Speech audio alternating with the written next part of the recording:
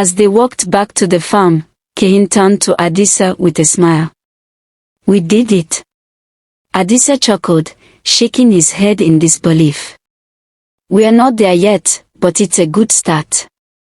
Kihin's smile widened. "It's more than a good start, Adisa.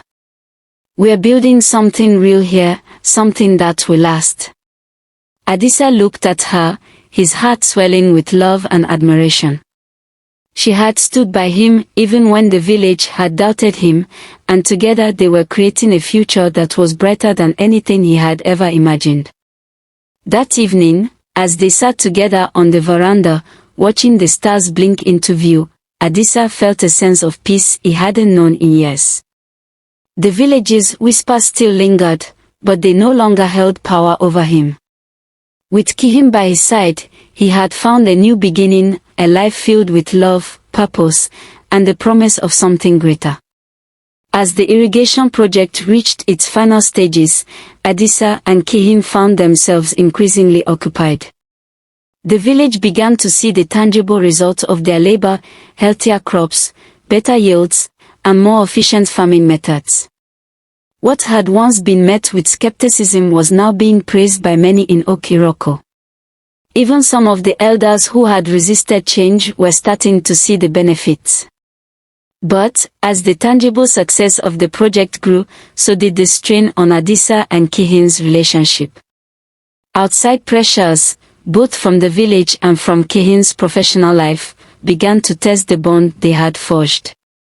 The gossip in the village had never fully died down, but as Adisa and Kihin became closer, it intensified once more. There were those who could not accept the idea of Adisa, with his curse, being loved by someone as educated and modern as Kihin. The women who had once rejected Adisa now spoke with thinly veiled jealousy, while the men who had envied his strength began to whisper about how long it would be before Kihin left him. The pressure wasn't just local. As the irrigation project neared completion, Kihin's colleagues in Ibadan began calling her more frequently, reminding her of opportunities back in the city. Offers to return to her old job, to take on new projects, and even to work in international agricultural development started to pour in. Kihin had always known her work in Okiroko was temporary, at least in the eyes of her superiors. When she had first arrived, it was meant to be a short-term assignment, a way to gain field experience before moving on to bigger projects. But now, things had changed. Her relationship with Adisa had deepened, and the work they were doing together felt important, meaningful. The idea of leaving him, and the village, filled her with dread. But the calls from her colleagues grew harder to ignore. One evening, after a particularly difficult day dealing with the demands of both the village and her city connections, Kihin sat on the veranda, staring out at the horizon. Adisa could sense the tension in her as soon as he sat beside her. She was usually so composed, so confident, but tonight, something was weighing on her. "Kihin," Adisa said softly, breaking the silence. "What's wrong?" Kihin sighed, running a hand through her braids.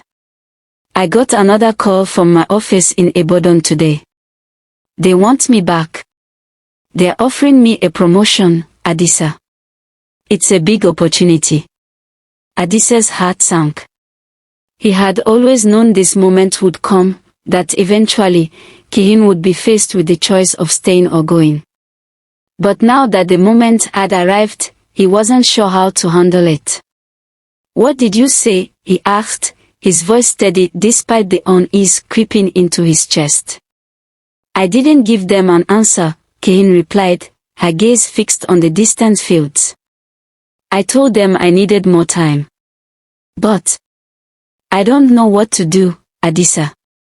This project here, it means so much to me. And so do you. But my career, everything I've worked for, it's all in the city." Adisa was silent for a moment, weighing his words carefully.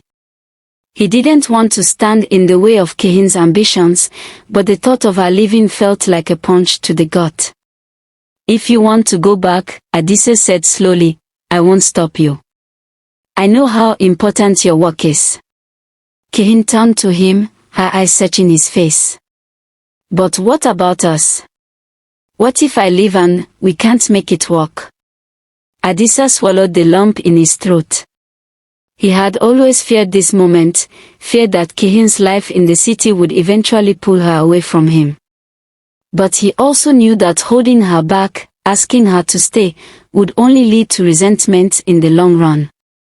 I want you to do what's best for you, Adisa said quietly, his voice thick with emotion. If that means going back to the city, then I'll understand. But I love you, Kihin. And if you decide to stay, I'll be here. Kihin's eyes filled with tears, and she looked away, clearly torn. She had fallen in love with Adisa, with Okiroko, and with the life they had started to build together. But the pressure from her colleagues, the opportunities that awaited her in the city, they weren't easy to dismiss. For the next few days, the tension between them simmered just beneath the surface. They continued their work, the project drawing closer to completion, but the weight of Kihin's impending decision hung over them like a storm cloud. Meanwhile, the whispers in the village grew louder. People had begun to notice the strain between Adisa and Kihin, and the rumors took on a new life. Some said that Kihin was planning to leave, that she had grown tired of Adisa and his curse. Others claimed that the village's pressure had finally gotten to her, and she was seeking a way out. Adisa tried to ignore the gossip, but it was impossible to escape it entirely. Every time he went to the market or walked through the village square, he could feel the eyes of the villagers on him, waiting for confirmation that Kihin was leaving. As the days passed, Kihin's internal conflict only deepened. She loved Adisa, but the call of the city, the career she had worked so hard for, was difficult to ignore.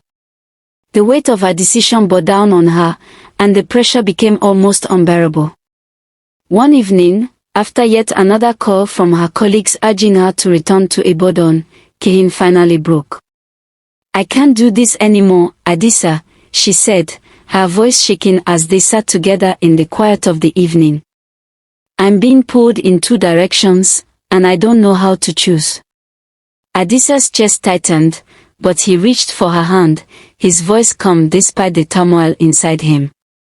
You don't have to choose, Kihin. Whatever you decide, we'll figure it out together. Kihin shook her head, tears welling up in her eyes. But what if I leave and you resent me for it? What if I stay and regret giving up my career? I don't want to lose you, Adisa, but I don't know how to make this work. Adisa took a deep breath, his hand gently squeezing hers. He knew this was one of the hardest decisions Kihin had ever faced, and he didn't want to make it harder for her. I can't tell you what to do, Kihin, he said softly. But I know that whatever you choose, it doesn't have to be the end for us. We've built something strong, something real. We can make this work, no matter where you are. Kihin wiped at her eyes, her expression one of anguish. She loved Adisa deeply, but the pressure from all sides was crushing her. She had always been a strong woman, determined and independent, but now she felt like she was being pulled apart by conflicting desires. I need time to think, she whispered, her voice barely audible. I need to figure out what I really want. Adisa nodded, though his heart ached. Take all the time you need, he said gently. I'll be here. That night, as Kihin lay awake, staring at the ceiling, she thought about everything they had built together, the farm, the project, the life she had started to envision with Adisa. But she also thought about the city, about the career she had spent years building, and the opportunities that awaited her if she returned. The decision weighed heavily on her, and as much as she wanted to make it all work, she knew that something would have to give. Kihin's mind had never been so conflicted. The decision she faced hung over her every waking moment, even invading her dreams. One path led back to Ibadan, to a world of professional fulfillment, growth, and the life she had spent years building. The other path was here in Ok-Iroko, with Adisa, a life rooted in love, purpose, and something deeper than she had ever imagined.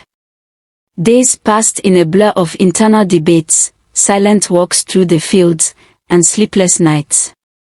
She had told Adisa she needed time to think, and he had given her the space she requested, but she could feel the weight of his waiting.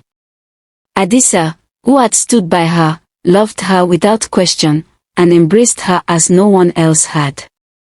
The thought of leaving him filled her with a dread that made her heart ache.